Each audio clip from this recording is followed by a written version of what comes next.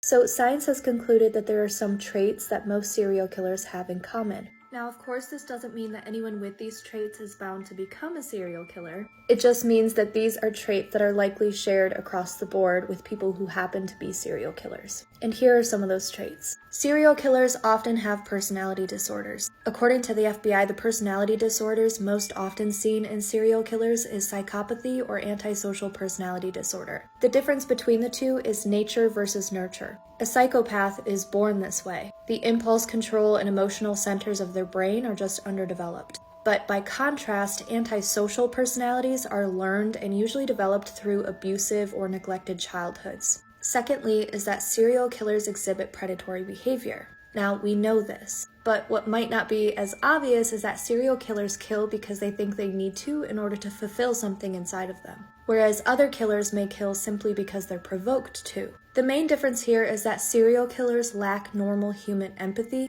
which makes it easier for them to justify taking someone's life. Thirdly, serial killers are very manipulative, and they're also really good at making sure you don't realize you're being manipulated. According to Psychology Today, Jeffrey Dahmer's father simply accepted his son's lies at face value because it was easier for him to believe them than to come to the realization that his son was a monster. And this is why many serial killers are described as being charming. They develop this type of personality trait in order to create a false sense of security so they're able to take advantage of their victims more easily. Now, there is more to this, so if you'd like to see a part 2, just let me know in the comments.